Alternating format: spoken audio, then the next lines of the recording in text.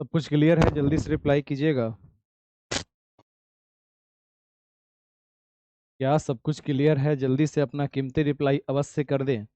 Radhe Radhe, Radhe Radhe ji, good evening, good evening, good evening, सभी लोगों को गुड इवनिंग। तो जल्दी से अपना कीमती रिप्लाई अवश्य कर दीजिएगा।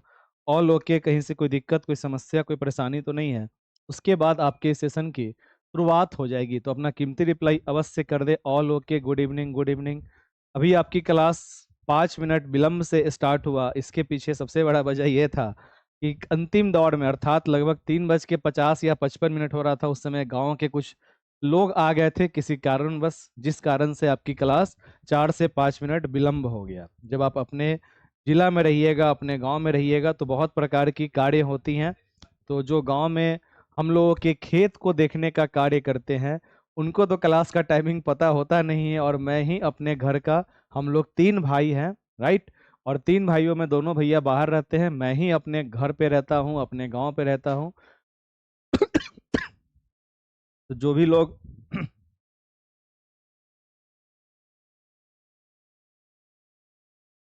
लोग खेत वगैरह का काम करते हैं, वो अचानक से आ गए थे, जिस कारण से आपका क्लास 2 4 5 मिनट लेट हो गया। आइए, आज अपना क्या है? तो आज है आपका क्लास नंबर 13। हम लोग क्या पढ़ रहे थे? तो हम लोग पढ़ रहे थे एनसीएफ, एनईपी एंड निपुण। इस 3 टॉपिक को हम लोगों ने समझने का प्रयास किया। और इसको पढ़ने के दौरान हम लोग इतना अवश्य समझ गए कि इस तीनों का अपना अर्थ क्या है। तो तीनों का आपका अर्थ हो गया कि भाई अपना शिक्षा कैसा होना चाहिए, तो चाइल्ड सेंटर्ड होना चाहिए। अपने क्लासरूम का प्रारूप कैसा होना चाहिए, तो समावेशी होना चाहिए। बच्चों का डेवलपमेंट कैसा होना चाहिए, तो चहुमुखी होना चाहिए, जहाँ पे बच्चे का सर्वांगीण विकास हो सके। उसके अलावा आपका जो भी बच्चा विद्यालय प्रांगण में पढ़ने जाएगा, उसको विद्यालय कैसा लगे, जैसे कि हम लोग किसी पार्क में घूमने आए हैं, पार्क में एंजॉय करने आए हैं, इस प्रकार का बच्चों के सामने में विद्यालय का परिवेश हो, ताकि बालक को आनंद आए, बालक को मस्ती आए, मजा आए। इन तमाम चीजों को ध्यान में रखते हुए हम लोगों ने इन तमाम टॉपिक को पढ़ने का प्रयास किया। ठीक है, तो आइए शुरुआत करते हैं आज के अपने सेशन का। मैंने आपको इस टॉपिक से संबंधित क्या दिया था? तो होमवर्क बनाने के लिए दिया था। और मुझे पूर्ण रूप से उम्मीद है कि आप सभी लोग अपने होमवर्क को अवश्य बनाए होइएगा। एम आई राइट या रॉन्ग? सर स्क्रीन फ्रेश नहीं दिख रहा, सब कुछ फ्रेश दिख रहा है। आप देखिए, आपका क्वालिटी ऊपर नीचे होगा। तो आइए, सर्वप्रथम आपकी जहां भी आस्था हो, जहां भी आपकी विश्वास हो, एक बार आप ईश्वर को याद कर ले कि हे ईश्वर, आप जहां भी हैं, अपनी असीम कृपा हम सब पे बनाए रखें, ताकि आने वाले दिनों में हम सभी का परिणाम बेहतर नहीं बेहतरीन निकल कर आए। यही ऊपर वाले से प्रार्थना है, यही ऊपर वाले से दुआ है। हर एक चीज आपका क्लियर दिख रहा है, मैंने चेक कर लिया है। प्रश्न संख्या 1 आपके स्क्रीन पे है। जल्दी से बताइएगा आप लोगों का क्या आंसर आया है। देखिए, सिर्फ आंसर 1 2 3 4 मत कीजिएगा, हर एक चीज को सीखने का प्रयास कीजिएगा। आपकी यूट्यूब की दुनिया और आपकी एप्लीकेशन की दुनिया, दोनों में आसमान जमीन का अंतर होता है। इस चीज को अवश्य ध्यान में रखिएगा। तो सिर्फ 1 2 3 4 आपको नहीं करना है, सोच समझ के एक एक संप्रदायों को समझने का प्रयास करना है। जैसे कि आपका प्रश्न संख्या 1 जो है, ये कह रहा है कि राष्ट्रीय शिक्षा नीति 2020 क्या प्रस्तावित करती है। अब यहाँ पर एक शब्द आ गया, प्रस्तावित। प्रस्तावित का अर्थ क्या हो सकता है आपके अकॉर्डिंग? जल्दी से रिप्लाई करें। प्रस्तावित का अर्थ आपके अकॉर्डिंग क्या हो सकता है? जल्दी से बताइए।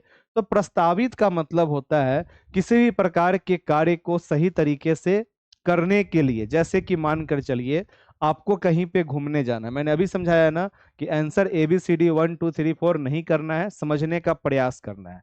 तो प्रस्तावित अपने कॉपी में लिखे, प्रस्तावित का अर्थ क्या होता है।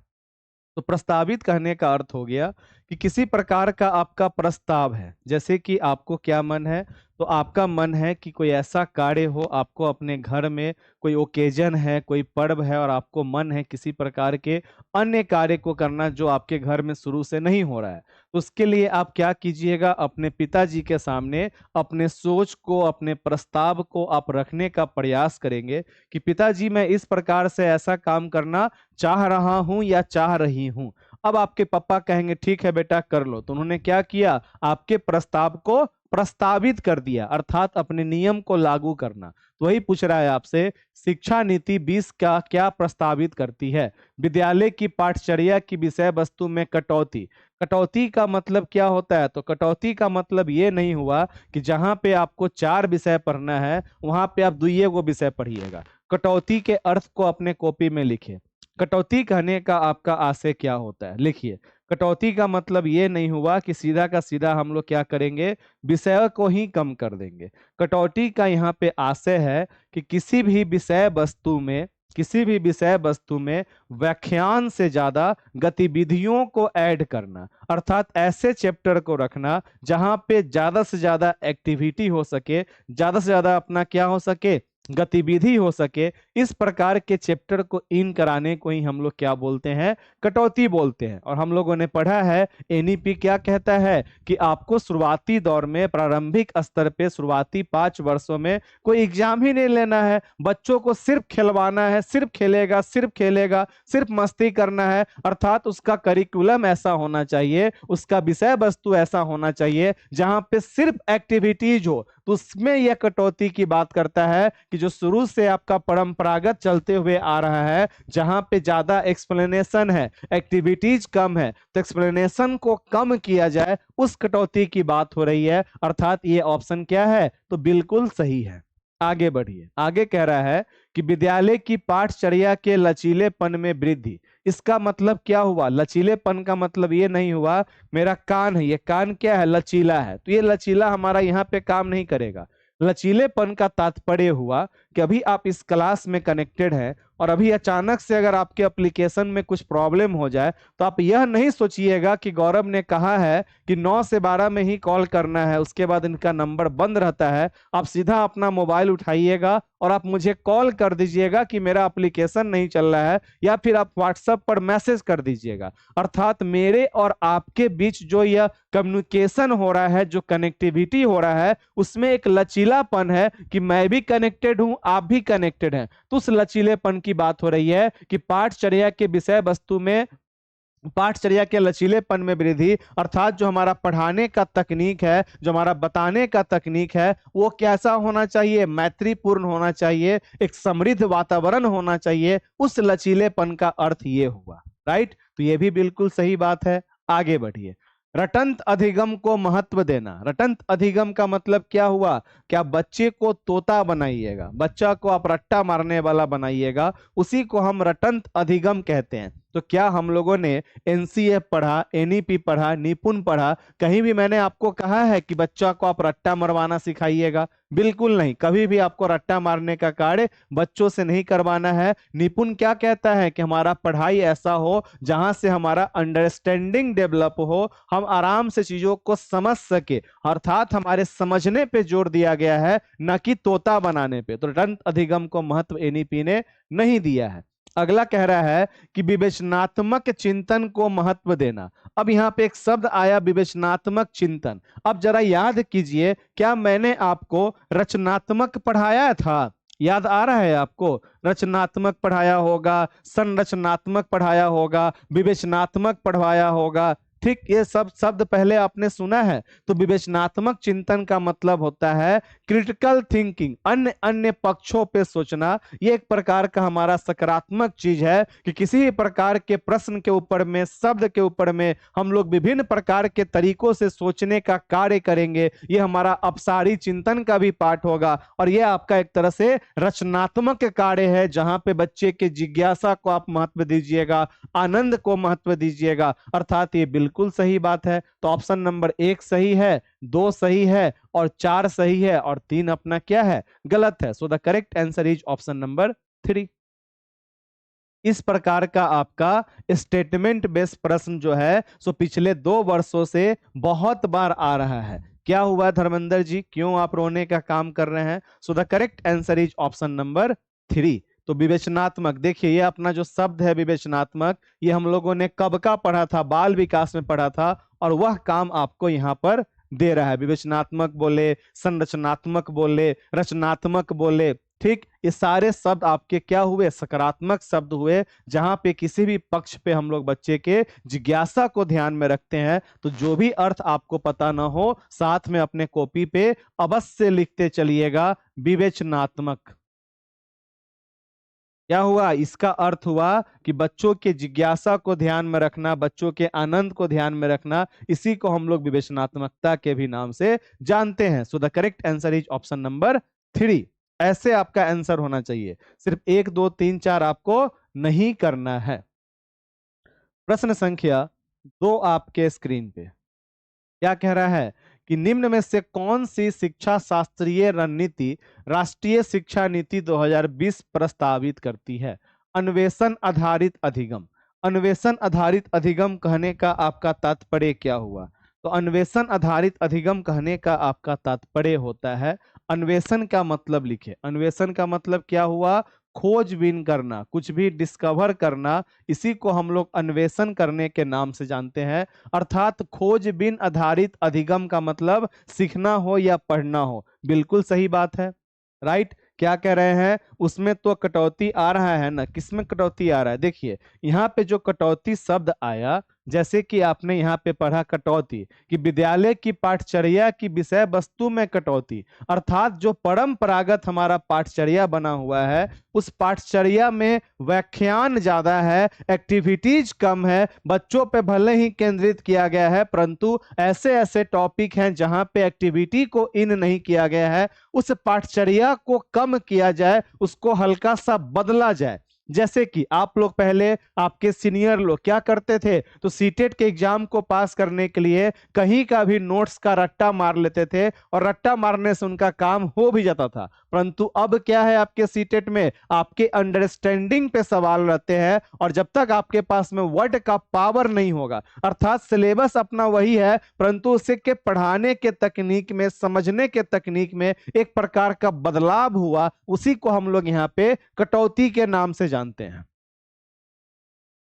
कह रहा है अन्वेषण आधारित अधिगम, अन्वेषण का मतलब खोजबीन करना, कुछ डिस्कवर करना। जीन प्याजे क्या कहते हैं कि जो हमारा बच्चा है सो एक नन्हा सक्रिय वैज्ञानिक है, जो अपने समाज में अलग अलग प्रकार की चीजों का खोजबीन करते रहता है, उसके अंदर में जिज्ञासा होता है, उसकी सोच वैज्ञानिक टाइप की होती है। ऐसा बात कौन बोलते हैं, तो जीन प्याजे बोलते हैं। बिल्कुल सही बात है, आगे बढ़िए। अगला कह रहा है कथावाचन आधारित शिक्षा शास्त्र। कथावाचन कहने का आपका अर्थ क्या हुआ, बताइए।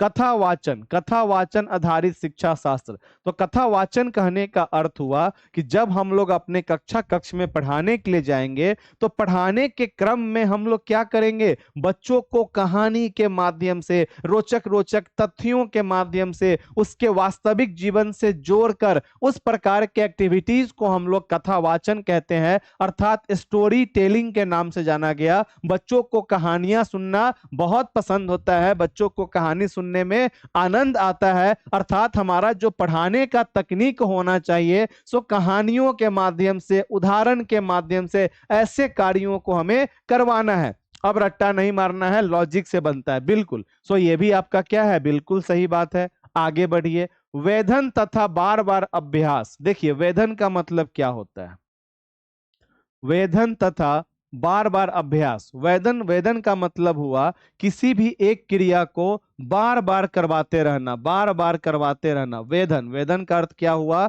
बारंबार आप किसी प्रकार की क्रिया को करवा रहे हैं, और यह एक प्रकार से क्या होता है, तो व्यवहारवादी सोच होता है। क्या होता है आपका, तो व्यवहारवादी सोच होता है। और आपको मैंने नाम बताया होगा, शायद आपको याद होना चाहिए, व्यवहारवाद के नाम से आपको जेबी वाटसन का याद आएगा, वीएफ स्किनर का याद आएगा, इवान पावलव साहब का याद आएगा कि एक चूहा को क्या किया गया, पिंजरा में बंद करके रखा गया, और चूहा बार बार क्या, जैसे ही लीवर पर उसका पैर पड़ता था तो उसको भोजन प्राप्त होता था, और बार बार उस प्रैक्टिस को करते करते क्या हुआ, चूहा सीख गया। परंतु इसी शब्द को अगर मैं आपके साथ में कनेक्ट करूं, तो अगर मान लीजिए अभी आप क्रैकर बैच को छोड़ दीजिए और आप क्या कीजिए, प्रीवियस ईयर क्वेश्चन को आप उठाइए और बिना किसी प्रकार के वीडियोज को सुने हुए प्रतिदिन अपने प्रीवियस ईयर क्वेश्चन को बनाते रहिए बनाते रहिए बनाते रहिए बनाते रहिए, तो आप क्वेश्चन के आंसर को आप रट्टा मार सकते हैं,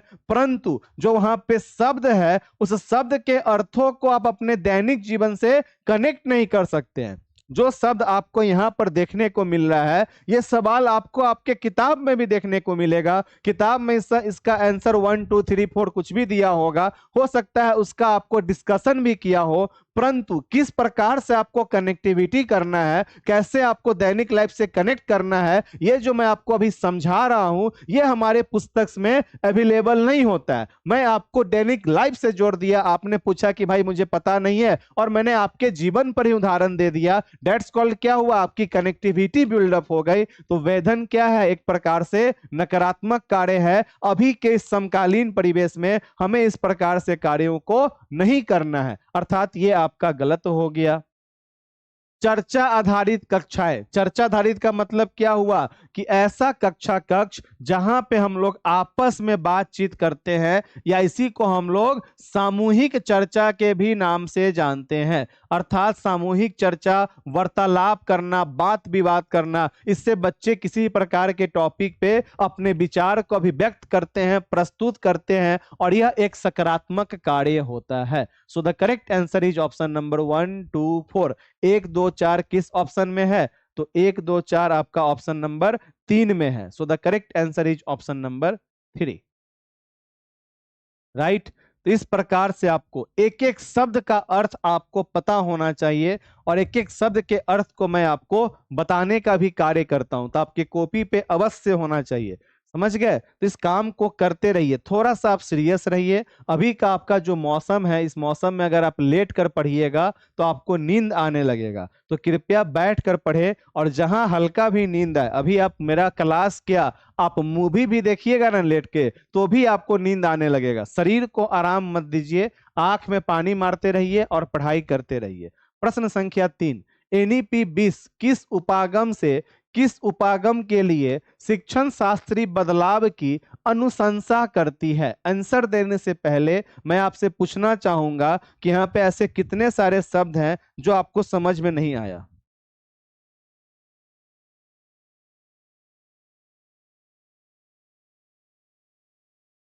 जल्दी से रिप्लाई करें।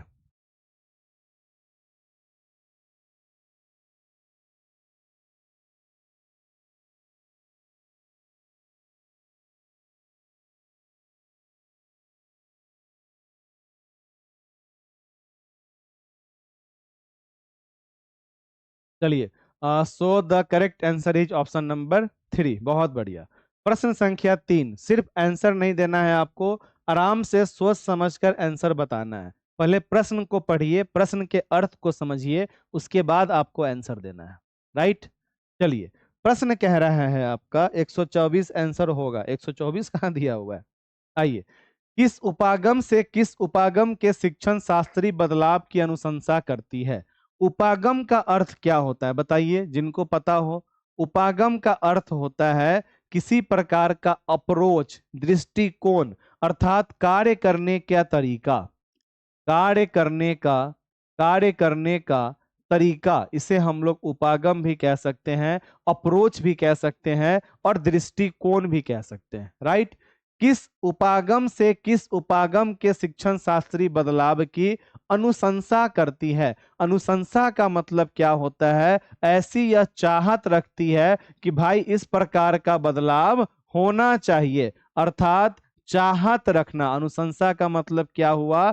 चाहत रखना हुआ कि मुझे इस प्रकार का बदलाव चाहिए। सबसे पहला है संरचनावादी के जगह पर व्यवहारवादी। अब आप ही बताइए, एनईपी ऐसा कभी चाहेगा कि एक ऐसा विद्यालय प्रांगण है, उपागम का मतलब दृष्टिकोण, अप्रोच, किसी प्रकार के कार्य करने का तरीका, और इस प्रश्न का आपका अर्थ हुआ कि भाई आपका जो एनईपी है, ऐसा कौन सा बदलाव है जो वह चाहती है, इसमें से ऐसा कौन सा बदलाव है जिसका वह डिमांड कर रहा है, उसको वह चाह रहा है कि भाई ऐसा बदलाव होना चाहिए, इस जगह पर इस तरह का काम होना चाहिए, उसी को हम अनुशंसा या बदलाव के भी नाम से जान सकते हैं, राइट। तो आइए, कह रहा है कि संरचनावादी के जगह पर व्यवहारवादी। अब बताइए, एक ऐसा विद्यालय प्रांगण है जहां पे कार्य कैसा चल रहा है, तो संरचनावादी ऑलरेडी कार्य चल रहा है, तो संरचनावादी बेस्ट होगा कि व्यवहारवादी बेस्ट होगा? तो आप सब क्या कहिएगा कि संरचनावादी बेहतर होगा, क्योंकि यहाँ पर बच्चों के जिज्ञासा को, बच्चों के आनंद को ध्यान में रखा जाएगा, इसलिए संरचनावादी अपना बेस्ट है और हमें इसमें कोई बदलाव की आवश्यकता नहीं है। अपना हमको भाई व्यवहारवाद में नहीं जाना है, हमको बार बार अभ्यास नहीं करना है, इसलिए हमारा संरचनावादी क्या है, बेस्ट है। आगे कह रहा है कि रटने पर आधारित अधिगम के जगह पर अवधारणात्मक समझ, अर्थात इसका अर्थ हुआ कि एक ऐसा विद्यालय प्रांगण है जहां पे बच्चों को रटने का कार्य करवाया जा रहा है, और एनईपी कहता है कि दोस्त मेरे, रटने वाले काम को हटाइए और उसके जगह पर क्या कीजिए, अवधारणात्मक समझ अर्थात बच्चों के अंडरस्टैंडिंग पे काम करवाइए, जहां से बच्चों का डेवलपमेंट हो सके। और यह बदलाव हमें चाहिए, हमें रटने वाला कार्य नहीं चाहिए, हमें रटने के जगह पर क्या चाहिए, तो अवधारणात्मक समझ चाहिए। इस बदलाव की वह अनुशंसा करता है। आगे बढ़िए, एक ऐसा विद्यालय है जहां पे खोजबीन आधारित सिखाने का काम हो रहा है, बच्चे को एक्टिव रखा गया है और वहां पे खोजबीन का कार्य चल रहा है, तो क्या आप खोजबीन के जगह पे ड्रिल और अभ्यास रखिएगा? बिल्कुल नहीं रखिएगा। क्यों? क्योंकि ऑलरेडी वहां पे बेस्ट काम तो चल ही रहा है, खोजबीन का काम चल ही रहा है, डिस्कवर हो ही रहा है, अन्वेषण हो ही रहा है, तो हम क्यों वहां पे बदलाव करने जाएंगे? अर्थात यहां पे हमें कोई बदलाव नहीं चाहिए। आगे बढ़िए, अधिगम के लिए आकलन के जगह पर अधिगम का आकलन, ये आपका एक टॉपिक है, याद रखिएगा। मैं जैसे ही इसका होमवर्क कंप्लीट होगा तो मैं आकलन टॉपिक भी आपको पढ़ाऊंगा। यहाँ पे लिखा हुआ है अधिगम के लिए आकलन, ये आकलन का प्रकार होता है। क्या होता है आपका? देखिए, आकलन जो है इसकी कुछ प्रकार होती है। सबसे पहले मैं आपको अक्सर कहता हूं, आकलन इसकी शुरुआत कहां से होती है पता है आपको? तो फॉर एग्जाम्पल मानकर चलिए कि आप किसी विद्यालय प्रांगण में पढ़ाने के लिए गए। आप कहाँ गए? तो किसी विद्यालय प्रांगण में आप पढ़ाने के लिए गए, और पढ़ाने के क्रम में आपका क्या है आज? तो आपका आज प्रथम दिन है। तो सबसे पहला काम आप क्या कीजिएगा? तब बच्चों को देखिएगा। तो देखना क्या कहलाता है हमारा? अवलोकन कहलाता है, ऑब्जर्वेशन कहलाता है। देखना क्या कहलाएगा? अवलोकन कहलाएगा, ऑब्जर्वेशन कहलाएगा। राइट, आगे बढ़िए। उसके बाद जैसे ही आप बालक को देखने का काम कीजिएगा, प्रथम दिन जब आप लोग क्लास करने आए होइएगा तो आपने मुझे देखा होगा, चुपचाप आपने सुना होगा, अर्थात आपने ऑब्जर्वेशन किया। ऑब्जर्वेशन करने के बाद हम लोग दूसरा काम क्या करते हैं? तो आकलन का करते हैं। आकलन के क्या हो गया काम? तो आकलन में हम लोग बच्चों के समस्याओं को ढूंढने का काम करते हैं, और जहां पर जिस प्रकार का समस्या हमें दिखता है उस समस्या का हम लोग क्या करते हैं? निवारण करते हैं, उसका हम लोग हल निकालते हैं। और आकलन ऐसे क्या होता है? तो 3 प्रकार का होता है। नंबर 1 हम लोग क्या बोलते हैं? तो रचनात्मक। क्या मैंने आपको पहले कभी पढ़ाया है? रचनात्मक इसे क्या बोलते हैं? तो फॉर्मेटिव असेसमेंट के नाम से जानते हैं। दूसरा अपना क्या होता है? तो योगात्मक, इसे हम लोग क्या बोलते हैं? तो इसे हम लोग समेटिव असेसमेंट के नाम से जानते हैं, और आकलन हमारा असेसमेंट कहलाया। और तीसरा अपना क्या होता है? तो तीसरा अपना होता है निदानात्मक, इसे हम लोग क्या बोलते हैं? तो डायग्नोसिस असेसमेंट के नाम से जानते हैं, कि जब हमें आपका समस्या पता चलेगा तो उसका हम क्या करेंगे? इलाज करेंगे। अब जब इतना काम आप कर लेते हैं तो उसके बाद क्या करते हैं? आप एग्जाम लेते हैं। ये हमारा क्या कहलाता है? मूल्यांकन कहलाता है। और सबसे अंतिम में जब हमारा साल का अंत होता है तो हम लोग एक प्रोग्रेस रिपोर्ट बनाते हैं। उसे हम लोग क्या कहते हैं? तो उसे हम लोग कहते हैं सतत व्यापक मूल्यांकन। क्या कहते हैं? तो सतत व्यापक मूल्यांकन के नाम से हम लोग जानते हैं। सबसे अंतिम स्टेप क्या होता है हमारा? तो सतत व्यापक मूल्यांकन के नाम से हम लोग जानते हैं। हेलो मैडम, अभी क्लास चल रहा है, जब भी फोन कीजिए 9 से 12 में ही कीजिए। कुछ हो या नहीं हो मैटर नहीं करता है, क्लास के बीच में कैसे आपकी कोई प्रॉब्लम की डील होगी? लाख बार हम समझाए हैं इस बात को, लगातार कॉल आ रहा है। जब आपकी यहाँ पे क्लास स्टार्ट हो गई, जब आपका गाड़ी स्टार्ट हो गया, रेलगाड़ी आपका स्टेशन से खुल गया, तो अब कितनों आप टिकट लेकर रखे रहिए, अगर आप ट्रेन में नहीं चढ़े हैं तो क्या आपके लिए ट्रेन रुकेगा? नहीं रुकेगा। तो अभी जब आपका लाइव क्लास स्टार्ट हो गया, किसी भी कारण बस अगर आपके मोबाइल में आपको लाइव क्लास नहीं दिख रहा है तो उसका इलाज फिर बाद में ही होगा, क्लास के दौरान नहीं हो पाएगा, क्योंकि एक बार क्लास आपकी एक्टिव हो गई तो बीच में एप्लीकेशन में कोई छेड़छाड़ नहीं हो सकता है। इस चीज को आप ध्यान रखें, कितना भी बड़ा प्रॉब्लम काहे नहीं हो, सुबह 9 से 12। राइट, तो ये आपका हो गया सतत व्यापक मूल्यांकन। अब देखिए इतना काम तो हो गया, अब आप कहिएगा कि गौरव आप तो कुछ और ही बोल रहे थे, तो ये हमारा आकलन का मेन प्रोसेस हुआ। अब इसमें से एक आकलन शब्द को यहां से उठा के लाइए, और यह आकलन होता है हमारे कक्षा कक्ष के अंदर में। अब ये अंदर में करने का भी क्या होता है, कुछ प्रकार होता है, जैसे कि इसमें सबसे पहला होता है सीखने के लिए आकलन, के लिए आकलन, सीखने का आकलन, सीखने के रूप में आकलन और सीखने में आकलन। ये आकलन के 4 प्रकार होते हैं और यहीं से आपका 1 नंबर का प्रश्न का निर्माण होता है। तो वही आपका इस प्रश्न में कह रहा था, क्या कह रहा है इस प्रश्न में, आपको कह रहा है कि अधिगम के लिए आकलन के जगह पर अधिगम का आकलन। इसका अर्थ क्या हुआ, के लिए का मतलब हुआ कि जब हम पढ़ाने के लिए गए और अभी आपके इस क्लास में, जैसे कि हमारी संगीता कुमारी क्या कह रही है कि गुरुजी आपका क्लास मेरे भैया देखे हैं और बोलते हैं सर बहुत अच्छे से पढ़ाते हैं, अर्थात उनके भैया ने इस क्लास को ऑब्जर्व किया और उन्होंने देखा कि यहाँ पे सिर्फ सिलेबस कंप्लीट करने का ही कार्य नहीं है, यहाँ पे आपके समस्या का समाधान करने का भी कार्य होता है।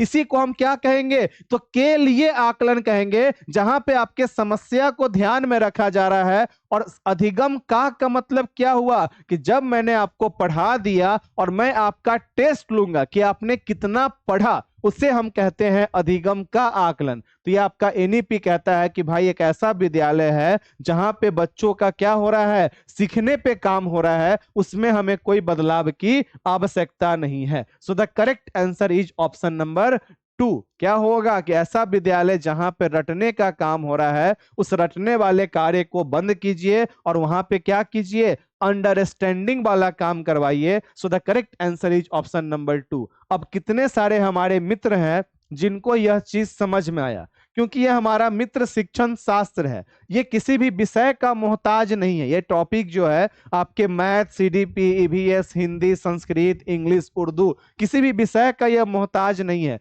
ये कहीं भी आपसे आ सकता है। ऐसे प्रश्न ये सब हैं, ये आपके किसी भी विषय में हो सकता है। अब बताइए आपको इस प्रश्न को आप कहां पे समझ नहीं पा रहे थे, जिस कारण से आप आंसर नहीं दिए। जब भी ऐसा प्रश्न आए जहां पे अनुशंसा की बात हो, बदलाव की बात हो, तो आपको कैसे सोचना है पता है आपको। जैसे कि मानकर चलिए आपके घर परिवार में आपका जगने का नियम क्या है, कोई ऐसा घर है जहां पे बच्चे 6 बजे सुबह में जगते हैं और कोई ऐसा घर है जहां पे बच्चे दिन में 10 बजे जगते हैं। तो बदलाव कहां पे होगा, जहां पे बच्चा 10 बजे जगता है वहां पे बदलाव होगा। उपचारात्मक का मतलब क्या होता है, देखिए उपचारात्मक कहां पे आप पढ़ लिए, उपचारात्मक बोले या निर्णयात्मक बोले, उसका मतलब एक ही होता है कि कोई भी समस्या हो उसका इलाज करना। उसी को उपचारात्मक भी कहते हैं, उसी को निर्णयात्मक भी कहते हैं, दोनों का मतलब आपका सेम ही होता है। तो इस प्रश्न को जैसे ही आप पढ़े तो आपको यह सोचना चाहिए था कि एक ऐसा विद्यालय जहां पे इस प्रकार का एक्टिविटी हो रहा है। नंबर 1 यहाँ पे क्या हो गया, 4 विद्यालय का स्वरूप है। सबसे पहला विद्यालय है जहां पे संरचनावादी कार्य चल रहा है, तो जहां पे अच्छा कार्य चल रहा है वहां पे हम कोई बदलाव करेंगे नहीं करेंगे। दूसरा ऐसा विद्यालय है जहां पे रटने का काम हो रहा है, भाई रटने वाला काम हमें नहीं करना है, इसलिए उसमें हमको बदलाव चाहिए। तीसरा ऐसा विद्यालय है जहां पे खोजबीन का काम चल रहा है, बिल्कुल सही काम चल रहा है, अन्वेषण का काम हो ही रहा है, तो उसमें काहे बदलाव करने जाएंगे। चौथा ऐसा विद्यालय है जहां पे बच्चों के सीखने के लिए कार्य चल रहा है, बेहतर कार्य चल रहा है, हमें कोई बदलाव नहीं चाहिए। तो जहां पे गलत काम हो रहा है वहां पे हमें बदलाव चाहिए कि भैया हमारा रटने के जगह पर क्या चाहिए, तो रटने के जगह पे आप अपने क्लास में बच्चों को अंडरस्टैंडिंग पे काम करवाइए, यह काम मुझे चाहिए और इसका मैं अनुशंसा करता हूं, इसकी मैं बदलाव की चाहत रखता हूं और यह बदलाव होना चाहिए। So the correct answer is option number 2। Word का मीनिंग नहीं समझ पा रही थी, तभी आंसर नहीं दे पा रही थी। बिल्कुल राइट। तो आपका सीटेट का आप खेल ही क्या है, तो वर्ड का है। और याद रखिएगा नेक्स्ट टॉपिक में मैं आपको आकलन का ये सीखने के लिए, सीखने का के रूप में ये सब मैं आपके साथ में एक्सप्लेन कर दूंगा। ये भी एक ऐसा टॉपिक है जो किसी प्रकार के सब्जेक्ट का मोहताज नहीं है, किसी भी विषय में आ जाएगा। पिछले वर्ष आपके ईवीएस में पूछा था यहां से एक प्रश्न। ठीक, प्रश्न संख्या 4 आपके स्क्रीन पे।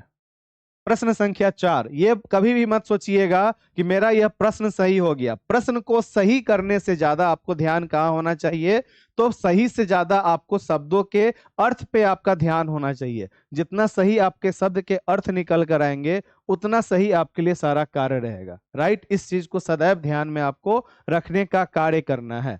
तो शब्दों पे आपका पकड़ हो, ऐसा नहीं कि प्रश्न संख्या 4 हम सही बना लिए तो हम तुर्रम खान हो गए, बिल्कुल नहीं। और गलत आंसर हो जाता है, कोई बात नहीं शर्मा जी, मैं यहाँ अवेलेबल हूँ, एक एक शब्द को मैं आपको तोड़ कर बता रहा हूँ। राइट, तो बस सीखने का काम करें। अगर मन में कोई भी अलबलाहट हो तो उस चीज को हटा दीजिए। क्या कह रहे हैं, संरचनावादी के बारे में बता दीजिए।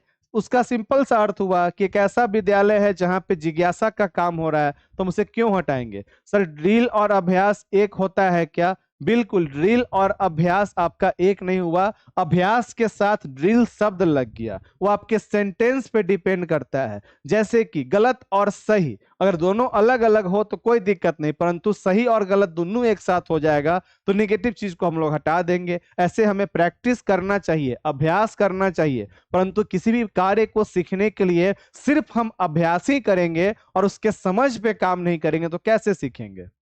ठीक, चलिए, राष्ट्रीय शिक्षा नीति 20 में निम्नलिखित में से कौन सा प्रावधान नहीं सुझाया है। आखिर इसमें आपसे पूछ रहा है कि इस चारों ऑप्शन में ऐसा कौन सा ऑप्शन है जो एनईपी ने नहीं बोला है।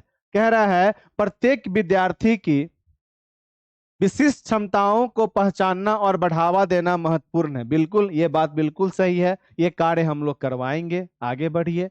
रट्टा मारकर सीखने और परीक्षाओं के सीखने के बजाय, जो भी मित्र इसका आंसर 2 दे रहे हैं समझिए क्या बोल रहा है कि रट्टा मारकर सीखने और परीक्षाओं के सीखने के बजाय अर्थात इसके जगह पर संप्रत्यात्मक समझ पर बल देना चाहिए। संप्रत्यात्मक का मतलब क्या हुआ, तो संप्रत्यय से हमारा बना, संप्रत्यय से हमारा बना संप्रत्यात्मक। संप्रत्यय का मतलब कंसेप्ट, अवधारणा, जहां पे हम लोग किसी प्रकार के कंसेप्ट को समझते हैं। 3 नंबर क्वेश्चन नहीं बन रहा था, अब समझ गया, बहुत बढ़िया। जहां पे हम लोग कंसेप्ट का कार्य करते हैं, अवधारणा को समझने का कार्य करते हैं, वैसा काम करवाना चाहिए। बिल्कुल सही बात है। सृजनात्मकता पर पर्याप्त ध्यान देना चाहिए और तार्किक निर्णय करने और नवाचारिता के प्रोत्साहित करने के लिए विवेचनात्मक चिंतन को बढ़ावा देना चाहिए। कहने का अर्थ हुआ कि सृजनात्मकता का मतलब क्या हुआ, इसका अर्थ होता है नवीन कार्य, नवीन कार्य करते रहना, नवीन कार्य करना, या बच्चे के अंदर में नवीन नवीन कार्य करने की इच्छा शक्ति का होना, जिज्ञासा का होना, इसी को हम लोग सृजनात्मकता के नाम से जानते हैं। और इसको हमको पर्याप्त ध्यान देना है। किसी भी बालक को नवीन नवीन कार्यों में संलग्न रखना है और उसके चिंतन कौशल को कैसा रखना है, तो विवेचनात्मक रखना है, अपसारी रखना है, ताकि वह सभी पक्षों पर ध्यान केंद्रित कर सके। अगला है आपका, बच्चों में अनुपालन को बढ़ावा देने के लिए, बच्चों में अनुपालन को बढ़ावा देने के लिए अध्यापक को इनाम और दंड का इस्तेमाल करना चाहिए। कभी भी आप बालक पे दंड और इनाम का इस्तेमाल नहीं करेंगे, ये नकारात्मक चीज है। बच्चों को आपको डांटना भी नहीं है, पुरस्कार भी नहीं देना है, दंडित भी नहीं करना है। So the correct answer is option number 4। देखिए अब यहाँ पे सिर्फ ऑप्शन के अकॉर्डिंग आप में से मैक्सिमम लोग इसका आंसर दे देंगे, परंतु इसके साथ में संगीता कुमारी, कहां ध्यान है आपका, जब यहाँ नीचे में दे रहा है कि दंड और इनाम का इस्तेमाल करेंगे, तो फिर मैडम आप आंसर ऑप्शन नंबर 3 क्यों दे रहे हैं। ये आपका बेस्ट हुआ, मगर आपसे पूछ क्या रहा है, नहीं। अगर आप नहीं पर ध्यान नहीं दीजिएगा तो आपका आंसर गलत हो जाएगा। जब प्रश्न में आपका नहीं लिखा हुआ है तो जो निगेटिव पॉइंट है उसको आपको देखना है। ठीक, सर क्रैकर बैच में बेसिक मैथ क्लास चल रहा है। नहीं रोशनी कुमारी जी, बेसिक मैथ का ये क्लास नहीं है, ठीक है। और ये आपको मैथ लग रहा है रोशनी कुमारी, बताइए। Option number 4 is the correct answer. ये आपको मैथ लग रहा है क्या? रोशनी कुमारी कौन दुनिया से निकल कर आए, या नींद में थे, या अभी अभी आपका नींद टूटा है, सो बताइए। धन्य है प्रभु। ये आपको मैथ का क्लास लग रहा है मैडम? ये टॉपिक आपके किसी भी प्रकार के सब्जेक्ट का टॉपिक नहीं है, ये कॉमन और एकीकृत टॉपिक है। ये मैंने आपको प्रथम क्लास में ही समझाया था, ठीक? या फिर आप मेरे समझाने के तरीके को, जो मैं प्रेम प्रेम से एक एक चीजों को आपको तोड़ तोड़ कर सिखा रहा हूं, समझा रहा हूं, इसके लिए आप बेसिक मैथ कह रहे हैं? क्या कहना चाह रहे हैं, सो बताइए। सर क्रैकर बैच में बेसिक मैथ क्लास चल रहा है, क्या आपके मन में डाउट है? रोशनी कुमारी जल्दी से रिप्लाई करें। तब तक आप लोग प्रश्न संख्या 5 का आंसर बताइए, क्या आंसर होगा? जस्ट वेट ए मिनट, जल्दी से आप लोग आंसर बताइए। जब तक आप लोग क्या कीजिए, आंसर बताइए। प्रश्न संख्या 5। सर समझने में मिस्टेक हो गया, कोई बात नहीं, चलिए। प्रश्न संख्या 5 आपके स्क्रीन पे, आराम से बनाइए। हेलो, हेलो, क्या दिक्कत है मैडम?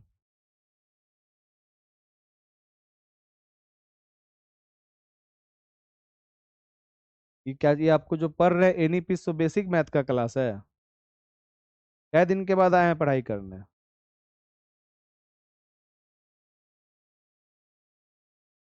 ये कहाँ लिखा हुआ है कि एनईपी गणित में पढ़ना है? कब सुन लिए हैं आप? तो ये क्रैकर बैच ही क्लास चल रही है, कब आपको दिख गया कि गणित का टॉपिक है? कौन बोल दिया?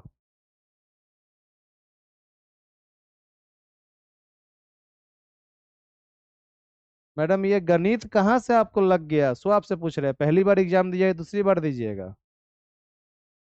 पहली बार देंगे। एनईपी, एनसीएफ, निपुण, ये सब पेडागोजी का टॉपिक है, मैथ का टॉपिक नहीं है।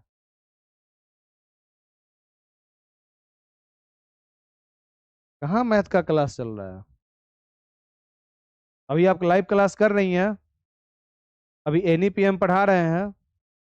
क्या पढ़ा रहे हैं? बेसिक मैथ चल रहा है। क्या दिख रहा है आपको स्क्रीन पे?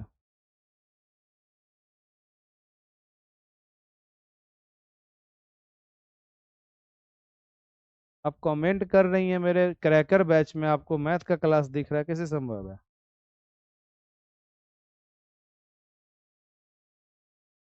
आप उल्टा खोल लीजिएगा, एप्लीकेशन को बंद करके फिर से ओपन कीजिए।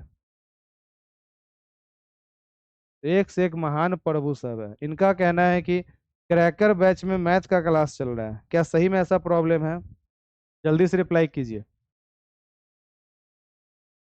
क्लास नंबर 22, कहाँ कुछ प्रॉब्लम है? इसमें तो एनईपी का क्वेश्चन चल रहा है। मैडम का कहना था कि क्रैकर क्लास को ओपन किए और हमको यहाँ पे मैथ दिखा रहा है। देख रही होंगी पुराना कोई रिकॉर्डिंग क्लास खोल के, और चलिए। जो भी लोग हैं, जो भी रोशनी कुमारी, अगर आपको ऐसा दिख रहा है क्रैकर क्लास में, अगर आपको मैथ का क्लास दिख रहा है, तो प्लीज अपने घर में किसी भी अन्य मोबाइल से उसका रिकॉर्डिंग कर लीजिए, ताकि मैं बाद में पूछ सकूं। एप्लीकेशन है, कुछ भी एरर हो सकता है, तो एक बार आप उसका रिकॉर्डिंग करके मुझे व्हाट्सअप कर दीजिएगा, ताकि मैं ऊपर में बता सकूं किस प्रकार का भी प्रॉब्लम होता है।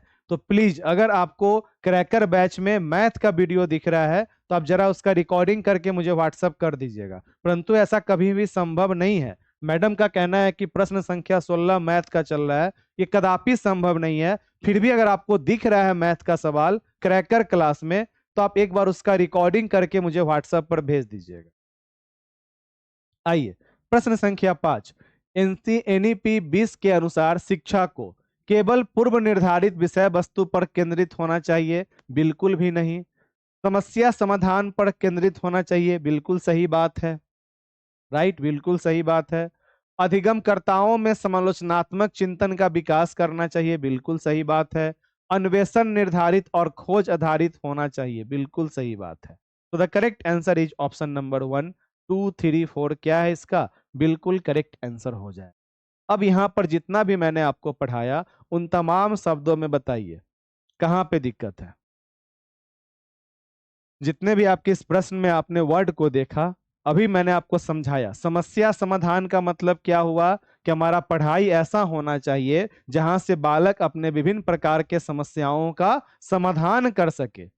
अधिगमकर्ताओं में समालोचनात्मक चिंतन बोले, विवेचनात्मक चिंतन बोले, रचनात्मक बोले, सबका मतलब क्या हुआ? विभिन्न प्रकार के पक्षों पर सोचना। इस सारे को अंग्रेजी में हम लोग क्या कहते हैं? तो क्रिटिकल थिंकिंग कहते हैं, और यह एक सकारात्मक शब्द है। सदैव बच्चों को आपको इसी प्रकार के चिंतन का विकास करवाना है।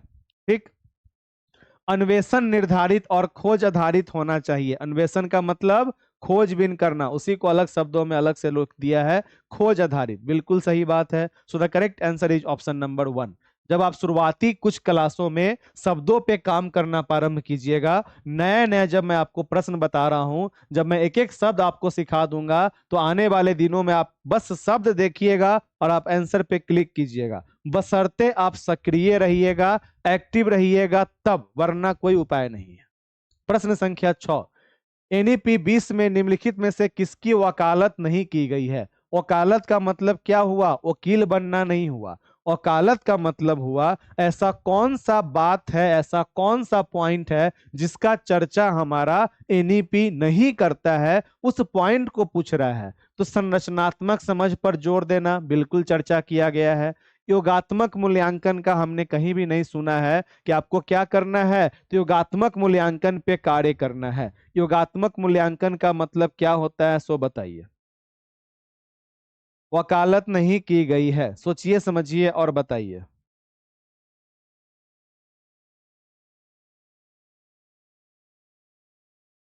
समालोचनात्मक का मतलब क्या होता है? मैडम, जो मतलब विवेचनात्मक का होगा वही मतलब समालोचनात्मक का होगा, वही मतलब रचनात्मक का होगा, वही मतलब आपका रचनात्मकता का भी होगा। सभी का मतलब क्या होता है? तो बच्चों में विभिन्न प्रकार के क्रिया शक्ति का बढ़ावा करना, जिज्ञासा का बढ़ावा करना, चाहे आपका विवेचनात्मक बोले, चाहे संरचनात्मक बोले, चाहे समालोचनात्मक बोले, ये सारा कार्य आपका, इसका क्या मतलब है कि पूर्व निर्धारित विषय वस्तु।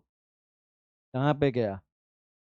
पूर्व निर्धारित विषय वस्तु कहने का अर्थ हो गया कि जो पहले से निर्धारित है अपना करिकुलम, जो पहले से नियम व्यवस्था बना हुआ है, उसी पर केंद्रित होना है। हमें अपने कक्ष के बच्चों के समस्याओं को ध्यान में नहीं देना है। जो हमारा निर्धारित है उसी के ऊपर में हम लोग क्या करेंगे, काम करेंगे। उसी को बोलते हैं पूर्व निर्धारित विषय वस्तु, अर्थात उस पे आपको एट ए प्रेजेंट टाइम से कोई मतलब नहीं है। पूर्व में जो आपका करिकुलम बन गया, चाहे उसमें समावेशन का रूप हो तो बाबा, न हो तो बाबा, आपको उसी को फॉलो करना है। ऐसा कोई कार्य हमें नहीं करना है। समझ गए?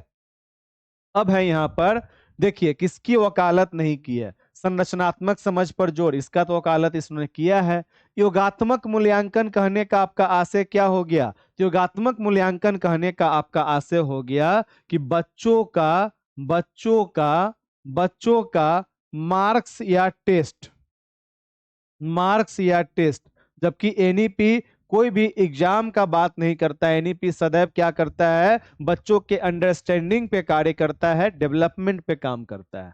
पाठ्यक्रम में वृद्धि, आपने अभी अभी पढ़ा कि एनईपी क्या कहता है कि पाठ्यक्रम में हमारा कटौती होना चाहिए, वृद्धि नहीं होना चाहिए, कटौती करके रखेंगे। प्रौद्योगिकी के उपयोग में कमी, प्रौद्योगिकी कहने का अर्थ क्या हुआ? तो आईटी की बात हो रही है, टेक्नोलॉजी की बात हो रही है, उसमें आप क्या कीजिएगा? कमी बिल्कुल नहीं, उसे हमें और ज्यादा बढ़ाना है। राइट? हेलो?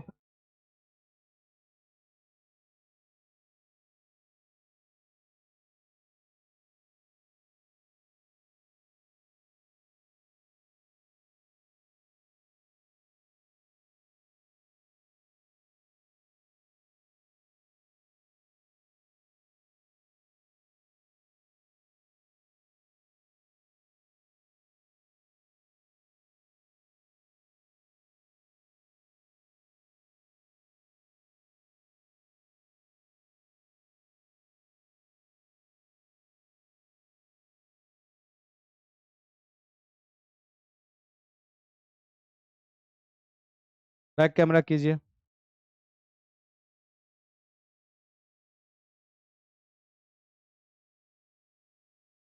वहां से कट कीजिए। वहां से कट कीजिए, वीडियो को कट कीजिए पहले।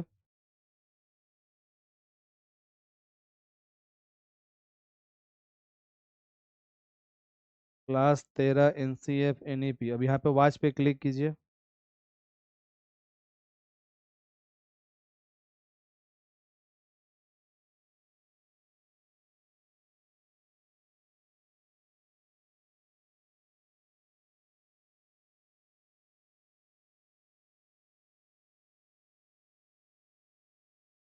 नहीं, फिर से ये मैथ वाला खोला, इसको बैक कीजिए, कट कीजिए, कट कीजिए इसको। परचेज पे देखिए, क्लिक कीजिए।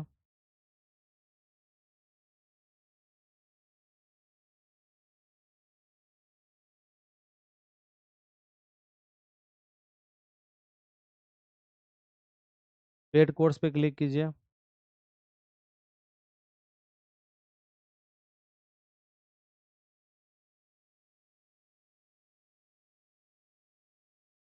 क्लिक कीजिए उस पर, पेड नोट्स पे क्लिक कीजिए, व्यू कीजिए, प्ले कीजिए।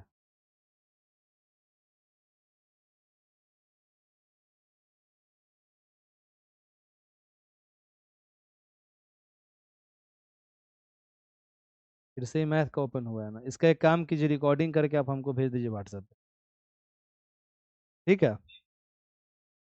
मोबाइल से रिकॉर्ड करके भेज दीजिए हमको। चलिए, 6 का आंसर क्या होगा? कुछ लोग 3 कह रहे हैं, कुछ लोग 4 कह रहे हैं। कहीं ना कहीं आप लोग क्या कर रहे हैं, गड़बड़ काम कर रहे हैं। क्या कर रहे हैं आप लोग? कहीं ना कुछ आप गलती कर रहे हैं, ध्यान देने की आपको आवश्यकता है। कुछ कुछ अपडेट में कुछ ऊपर नीचे हो ही जाता है। आइए, तो क्या है आपका योगात्मक मूल्यांकन का मतलब? क्या हुआ? बच्चों का टेस्ट लेना, बच्चों का एग्जाम लेना। Hello, hello.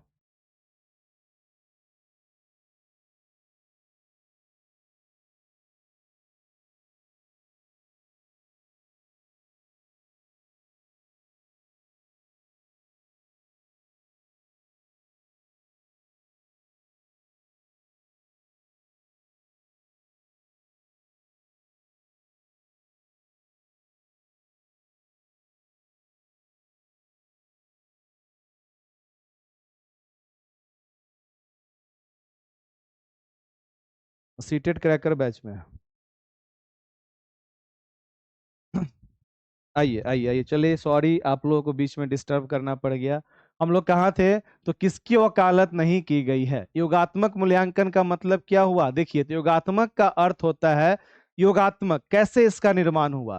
तो योग्यता से हमारा निर्माण होता है, योगात्मकता का। योग्यता, योग्यता कहने का अर्थ क्या हुआ? आपका जो बौद्धिक क्षमता है, आपका जो सोच है, उसी को हम लोग योगात्मक के नाम से जानते हैं। और कभी भी बालक का आपका योगात्मक आकलन नहीं कीजिएगा, योगात्मक मूल्यांकन नहीं कीजिएगा। आपको सदैव बालक के समस्याओं पे काम करना है, ताकि बच्चा का होलिस्टिक डेवलपमेंट हो सके, सर्वांगीण विकास हो सके। इस काम पर आपका ध्यान केंद्रित होना चाहिए। योगात्मक मूल्यांकन हमारा कभी भी नहीं होगा। पाठ्यक्रम में वृद्धि हमें कभी नहीं करना है।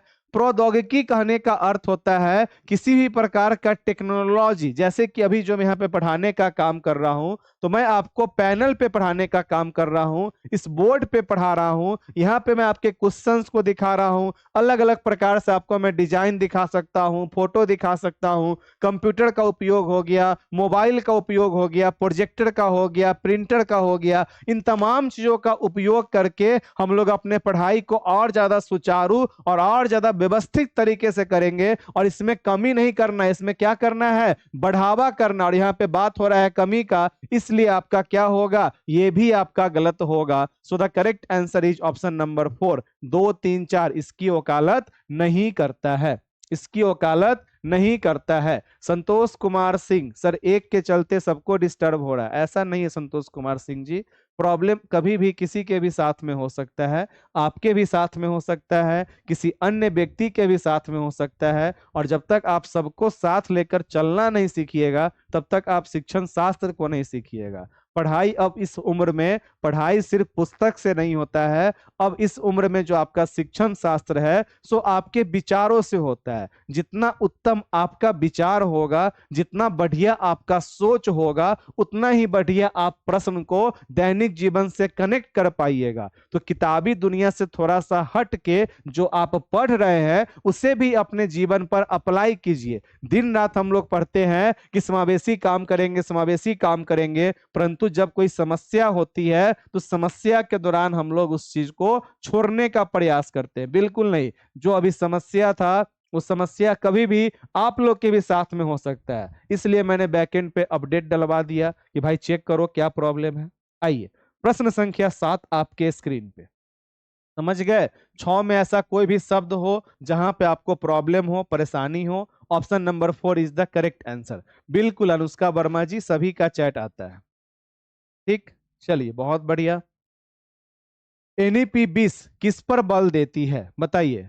एनईपी 20 किस पर बल देती है? लचीला बहुस्तरीय गति आधारित अधिगम, बच्चों के केवल संज्ञानात्मक विकास से संबंधित पहलू। हमने क्या पढ़ा है कि बच्चों का सदैव सर्वांगीण विकास करना है, और यहाँ पे सिर्फ क्या दिया, संज्ञानात्मक बोला, अर्थात विभिन्न प्रकार के आयामों में मात्र क्या हो रहा है, तो विभिन्न प्रकार के आयाम में बस एक आयाम की बात हो रही है, सर्वांगीणता की बात नहीं हो रही है, होलिस्टिक डेवलपमेंट की बात नहीं हो रही है। अर्थात ये तो आपका गलत हो गया, हमें सभी पक्षों पर ध्यान केंद्रित करना है।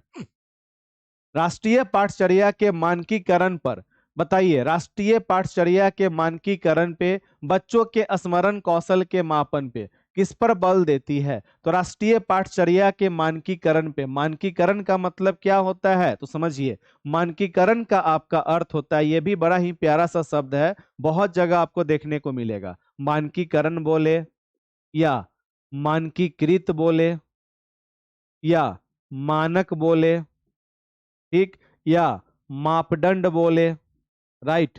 ये सभी जो आपके शब्द हैं ये सिर्फ एक ही तरीका है। क्या है? एक ही तरीका है। उदाहरण स्वरूप अभी जो आपका सीटेट का एग्जाम होगा, तो सीटेट के एग्जाम में चाहे कोई बच्चा सामान्य बालक हो, चाहे कोई विशेष आवश्यकता वाले हो, सभी के लिए नियम क्या है, तो सभी के लिए नियम अपना एक समान है। सभी के लिए नियम क्या है, अपना एक समान है। अर्थात अलग अलग बच्चों के लिए अलग अलग नियम नहीं है। उसी को हम लोग क्या बोलते हैं, मानकीकृत। कोई विद्यालय में, जैसे कि अभी आप लोग यहाँ पर पढ़ने का काम कर रहे हैं और अभी मैंने चैट को बंद रखा है, बस आपके मैसेज को मैं देखूंगा, आप किसी और के मैसेज को नहीं देख पाइएगा। वह क्या हुआ, एक मानकीकृत नियम हुआ कि आप सभी एक दूसरे के मैसेज को नहीं देख रहे हैं, बस आपके मैसेज को मैं देख रहा हूं।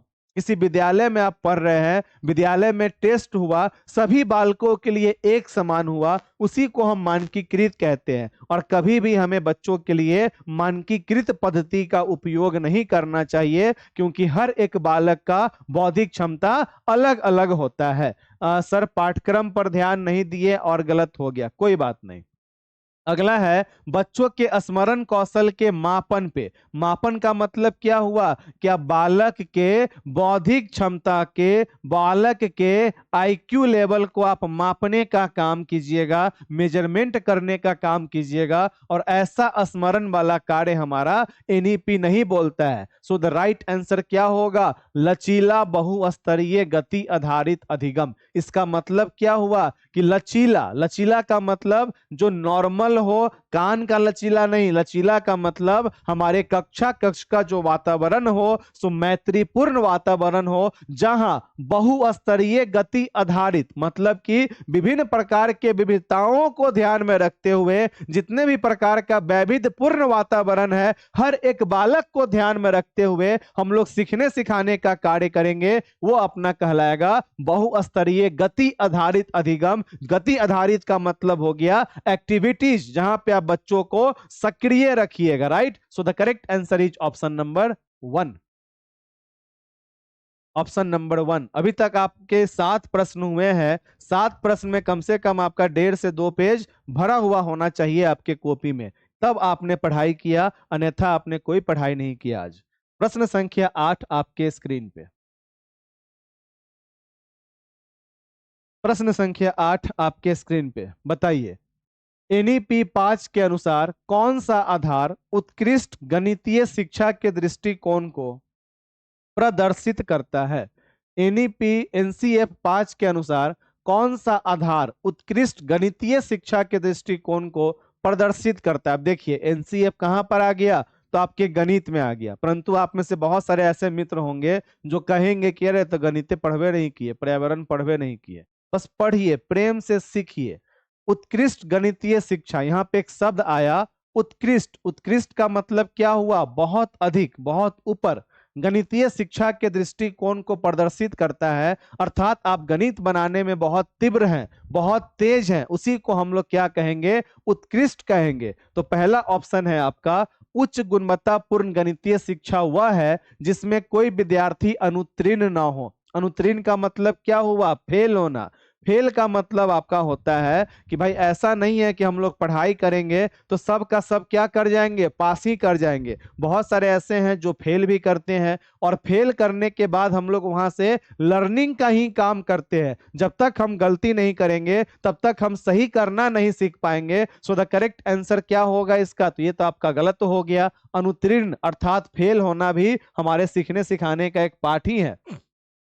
गणित की शिक्षा विद्यार्थियों को विभिन्न करियर के विकल्प मुहैया करवाए, बिल्कुल ऐसा हमारा सोच नहीं है। गणित हम क्यों पढ़ते हैं? ताकि हम अपने दैनिक जीवन के विभिन्न समस्याओं का समाधान करें। सुषमा कुमारी, आप आंसर में बोल रही हैं 8 का 2, तो क्या आप गणित इसलिए पढ़ रही हैं कि आपके जीवन में आपको बहुत सारा नौकरी मिले? क्या सिर्फ गणित पढ़ने वाले व्यक्ति को ही नौकरी मिलेगा, अन्य व्यक्तियों को नहीं मिलेगा क्या? गणित पढ़ने का हमारा आधार होता है कि हमारा चिंतन कौशल तार्किक हो सके, हमारे सोच में बदलाव आए, हम समस्या का समाधान कर सके, सभी विद्यार्थी गणित सीख सके, और सभी विद्यार्थियों को गणित सीखने की जरूरत है। अर्थात सभी बच्चों को अपने दैनिक जीवन के समस्याओं का समाधान करने आना चाहिए। इसलिए गणित का पढ़ाई क्या है? अति आवश्यक है। ओलंपियाड और प्रतियोगी परीक्षाओं में सफलता उत्कृष्ट गणितीय शिक्षा का सूचक है? बिल्कुल नहीं। उत्कृष्ट गणितीय शिक्षा कब होगा? जब हमारे कक्ष में उपस्थित सभी बच्चे तर्क करना प्रारंभ करेंगे, लॉजिक लगाना प्रारंभ करेंगे, तो उस प्रकार के गणितीय शिक्षा को हम लोग क्या कहेंगे? उत्कृष्ट के नाम से जानेंगे, जो कि सभी के लिए होगा, एक समान होगा। So the correct answer is option number 3। और जहां भी जो भी ऐसा शब्द आपको लगे जो आपका मिस हो गया, या फिर मैंने नहीं बताया, या फिर आपको समझ में नहीं आया, तो पूछिएगा अवश्य। पूछने से शर्माइएगा तो दिक्कत होगा। ऐसे मैं समय के अनुसार आप में से किसी को भी कभी भी मैं कॉल कर लेता हूं कि कोई समस्या तो नहीं है, कोई परेशानी तो नहीं है। राइट? रिया कुमारी जी, नाम आपका लेने से अच्छा है कि आप इतना अच्छा स्कोर लाए कि आपका वीडियो आपके चैनल पे अपलोड हो। नाम में क्या ही रखा है मैडम, जो मैं आपका नाम नहीं लेता हूं तो आप रो रही हैं। चलिए, मैंने आपका नाम ले लिया, बिरयानी खिलाइए।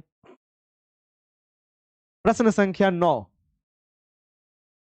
करियर मुहैया का मतलब हुआ प्रीति अभिलाषा। जो अभी आप सीटेट की तैयारी कर रही हैं, तो सीटेट पास कीजिएगा, फिर बीपीएससी पास कीजिएगा, आप टीचर बनिएगा। तो टीचर जो आप नौकरी प्राप्त किए ना, उसी को करियर मुहैया कहते हैं। करियर मतलब हमारे जीवन में रोजगार प्राप्त करना, करियर मुहैया करवाना। अर्थात आप मैथ सीखिएगा तो आपको नौकरी मिलेगा। समझ गए?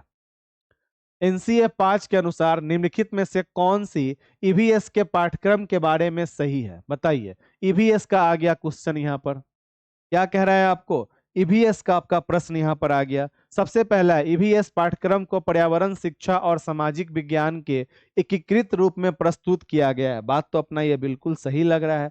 आगे बढ़िए। ईवीएस का पाठ्यक्रम सामाजिक विज्ञान और पर्यावरण शिक्षा का एक विषयगत एकीकरण है। देखिए, जब हम लोग पर्यावरण पढ़े थे तो मैंने आपको बताया था कि एनसीएफ क्या कहता है अपना। तो एनसीएफ कहता है कि हमारा जो इन्वायरमेंटल स्टडीज है, मैं आपको पढ़ाऊंगा भी सर। उत्कृष्ट का अर्थ, उत्कृष्ट का अर्थ हो गया नायाब, जिसका इंपॉर्टेंस हो, महत्वपूर्ण हो, उसी को उत्कृष्ट कहते हैं। अलग ही सोच हो, सब में एकदम प्रबल हो, उसी को उत्कृष्ट कहते हैं।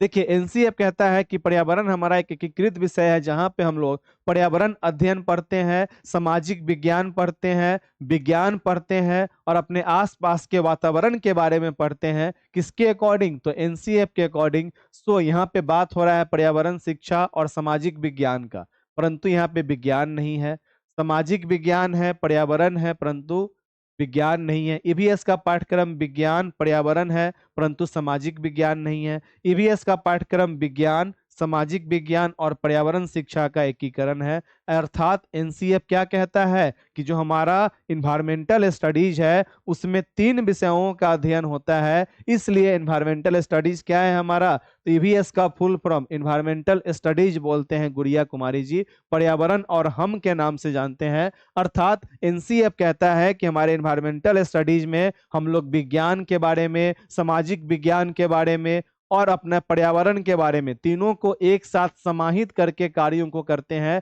इसीलिए इसे हम लोग क्या कहेंगे, तो एकीकृत विषय बोलेंगे। Option number 4 is the correct answer. कल आपका संडे है, अभी गायब मत होइए, मुझे पता है कि आप लोगों का इफ्तार का समय होने वाला होगा, ठीक है। तो कल आपका रविवार है और कल आपका कोई छुट्टी नहीं है, समझ जाइए, कल आपका रविवार है और कल भी आपकी क्लास होगी।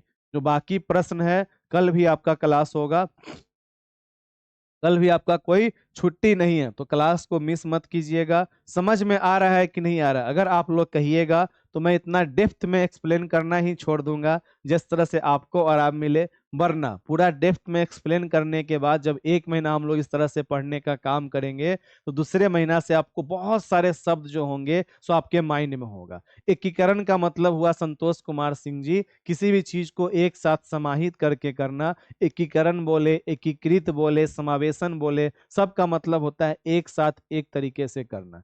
जैसे कि सिंपल सी बात है, एकीकरण जहां पे हम लोग विभिन्न प्रकार की चीजों को एक साथ समाहित करके कार्य कर रहे हैं, वही हमारा एकीकरण कहलाएगा, ठीक है। तो कल आपका रविवार है, कल भी आपकी छुट्टी नहीं है, कल भी आपकी क्लास होगी, इस चीज को ध्यान रखिएगा। और आप पढ़ाने के पैटर्न के ऊपर में अपना एक कीमती रिप्लाई अवश्य कर दे। अभी 6:30 में आपका क्लास है यूट्यूब पर भी, जहाँ पे हम लोग डे सीरीज कर रहे हैं। तो अगर आप यूट्यूब का क्लास नहीं भी करते हैं तो कोई बात नहीं है, वहाँ पे हम लोग क्या कर रहे हैं, डे सीरीज पढ़ने का काम करते हैं। तो कल फिर हम लोग कनेक्ट होंगे, कल रविवार है, आपका छुट्टी नहीं है, रविवार को आपका छुट्टी नहीं है, इस चीज को ध्यान में रखिएगा। क्लियर?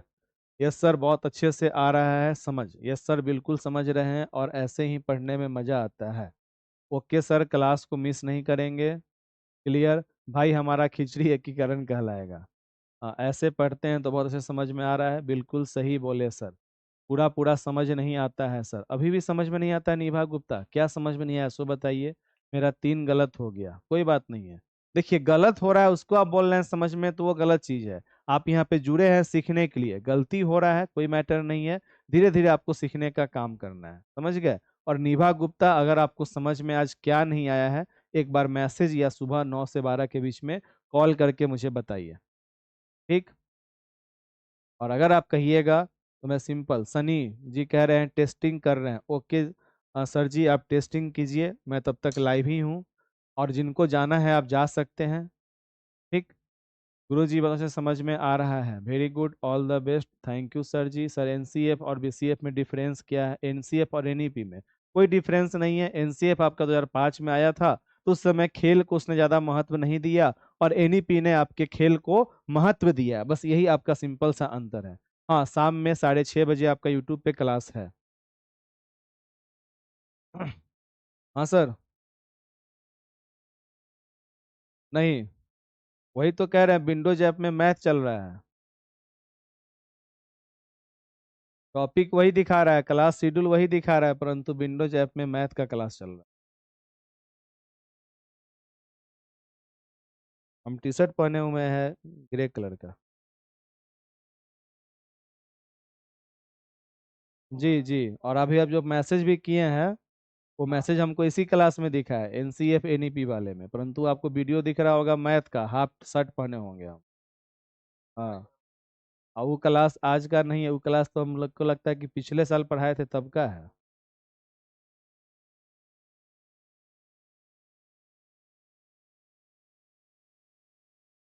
ठीक है सर, क्लास बंद करे तो।